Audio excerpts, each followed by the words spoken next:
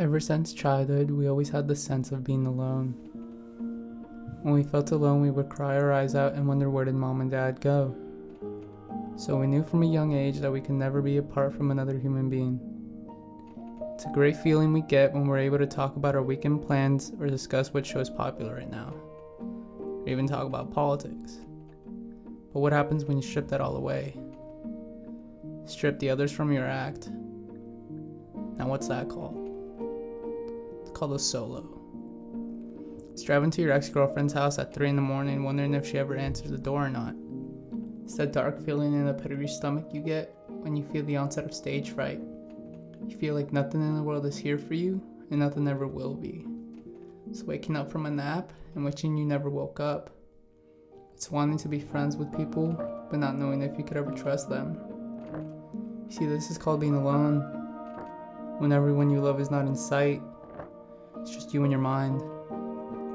When you have no one to talk to or throw a conversation with, being alone is dreadful. Makes you wonder, was I a real person? Or was I just a dream of somebody's? Because it all feels so fake.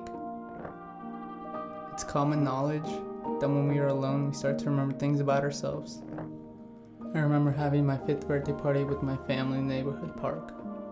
I start yearning for those days when I was in that park, running around with my friends and my family, having those closest to me. I was a fool to think life would never go on beyond the day in the park. You see, when we are alone, we stop thinking about those around us and start thinking about ourselves and what we have started off as versus of what we are in this moment. We process everything that has happened to us since the day we could remember a memory. There are introverts and then there are extroverts. If you're an introvert, you tend to be okay with being alone. You might even prefer being alone than that of being with people. Extroverts like having some sort of company. It makes them feel wanted. As for myself, I feel that I'm both the constant desire for being wanted by a person and wanting to be alone with my own thoughts. With no one to tell stories to, with no one to share coffee with, it all feels so rehearsed. Like all the people around you are acting on what you do and only on what you do. So in the end, these people make you react to them, which that is called being alone.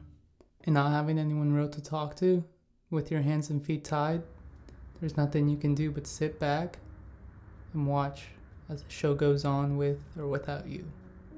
That is being alone.